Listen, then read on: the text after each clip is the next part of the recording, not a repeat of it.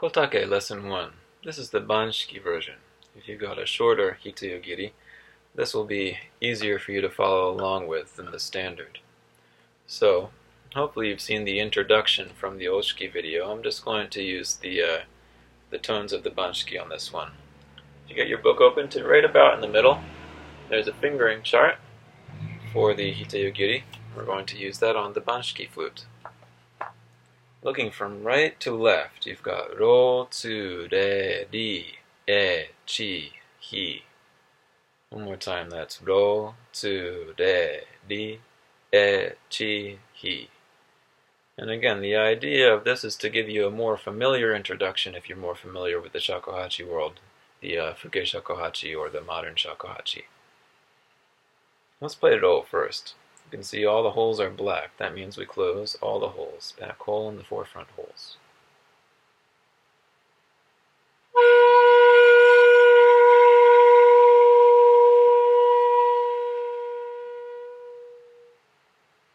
And as you blow in, you can blow in lightly. Lots of people play the shakuhachi with a really strong breath. You don't want to do that with the hitayogiri. Even if the flute can take the very strong breath, it's not really appropriate to the flute's sensibilities and sensitivities. It's a lighter song. Think like kind of bird song, right? Lighter breath, a little bit of a lighter sound. Let's do that again.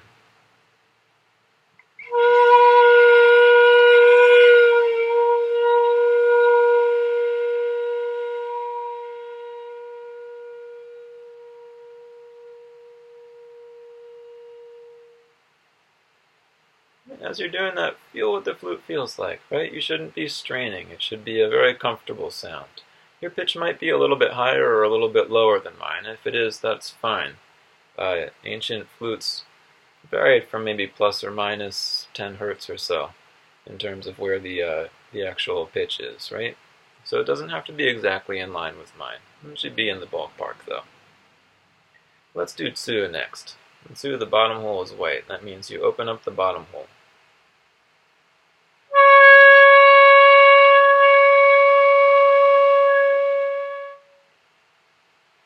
Ro, tsu.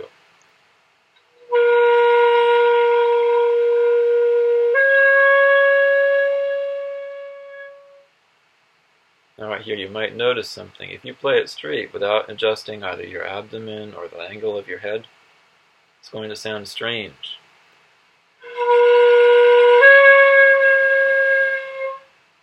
Right? It's not really in tune with any particular pitch. If you listen to all the holes like that, it doesn't really sound like anything, does it? That's because hitayogiri is made to be able to play a variety of modes, so you're using the same holes for different pitches in the classical pieces, which is again why we want to start off simple here. But you're going to notice this is going to kind of train you to play each note a little bit differently with your breath. So with the tsu, you've got to play it a little bit kari.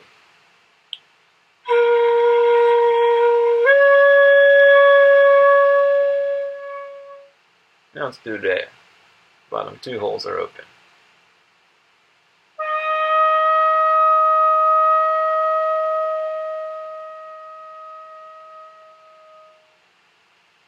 Next, B.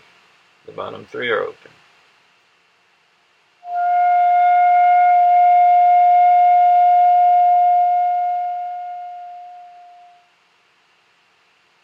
Then E. The front four holes are all open and the back hole is still closed.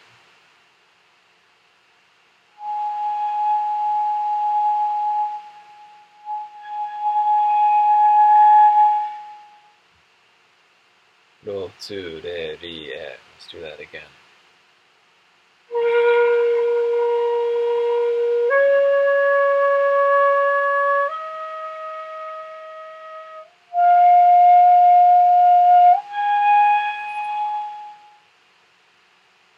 Feel how those feel, right? It feels a little bit different when you're playing each note. Again.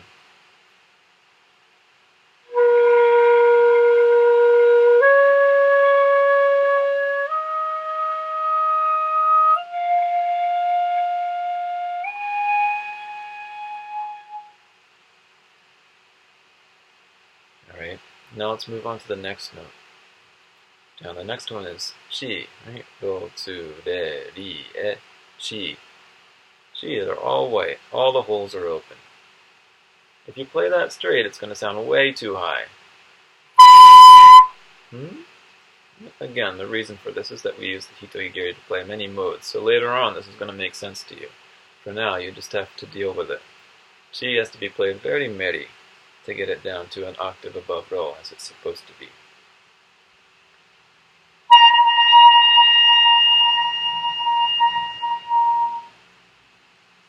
Right? Not this. Like this.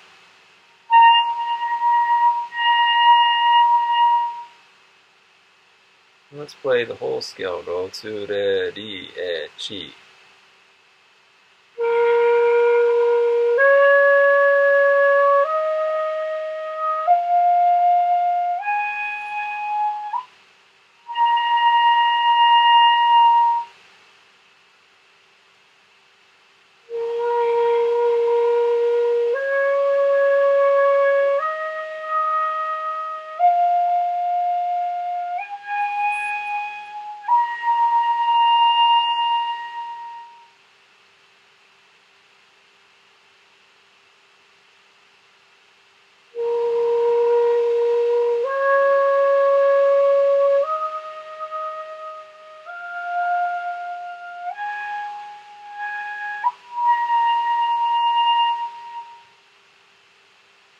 Good.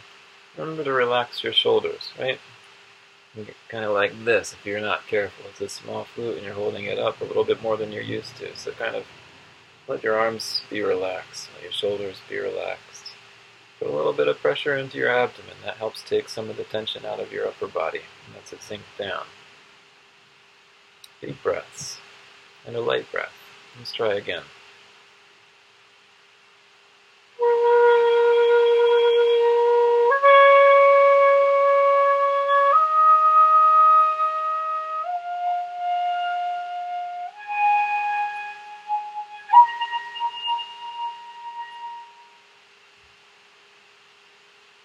When you practice by yourself, just enjoy those sounds. They sound good. They're nice sounds. We're going to move on to the next couple of notes. The next one is hi. That's a half tone above the high chi, right? That means it's kind of, in a shakuhachi sense, it would be a very tsu-meri, right? It's kind of a half tone above in the second octave. Got the 4 front holes closed and the back hole opened.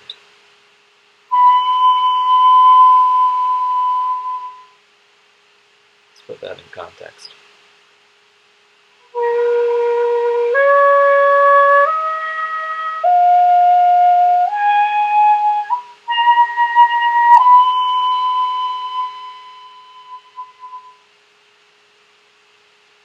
Good. Now going to the next page, the adjacent page, there's 3 notes on there. The one all the way to the right is fu. See, fu just has the 4th hole open. So let's play that. That should be an octave above ro.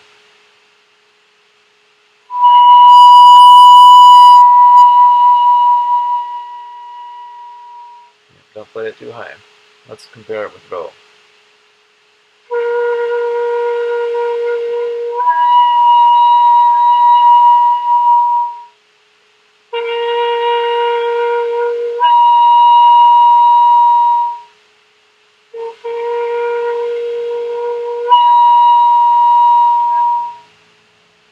Depending on your flute, you might need to adjust that a little bit, but you shouldn't have to very much. The only trick with this note is if you blow it too lightly, you get this sort of median harmonic coming out, right? So you've got to use enough air pressure. Doesn't mean you have to go blow hard.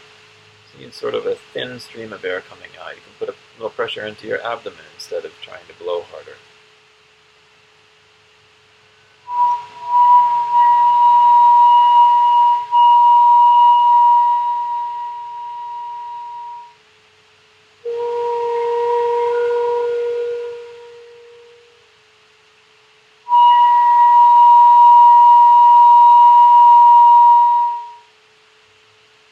So that's fu.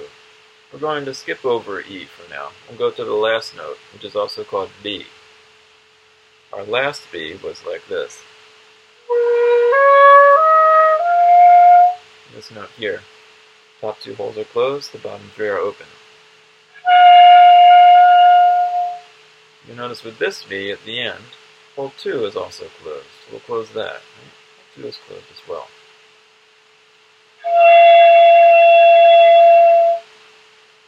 Listen to them both together.